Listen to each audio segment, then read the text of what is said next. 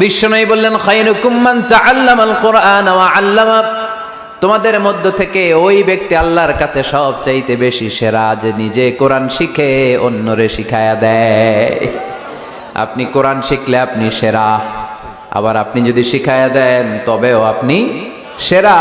এজন্য কোরআন শিখানোর চেয়ে শ্রেষ্ঠ কাজ হয় না। আপনি যদি কাউরে শুধু সূরা ফাতিহাটা শিখান, কোন সূরা, ওই লোক যতবার জীবনে সূরা ফাতিহা পড়বে তার একটা পার্সেন্টেজ সওয়াব আমলনামায় আপনার আছে না নাই? আবার ওই লোক যদি কাউরে এই সূরা ফাতিহাটা শিখায়, আবার যারে শিখালে এ যদি আবার আরেকজনরে শিখায়, এভাবে যতজনকে শিখাবে প্রত্যেকের সওয়াব থেকে একটা পার্সেন্টেজ সওয়াব আপনার আমলনামায় দিয়ে দিবে কে? এজন্য কোরআন শিখবো, শিখাবো, শিখবো, শিখাবো। যারা কোরআন জানি না, কোরআন জেনে মরবো, no excuse will be granted that day. সেদিন কোনো অজুহাত আল্লাহ গ্রহণ করবে না। সব পারো, কোরআন পারো না কেন?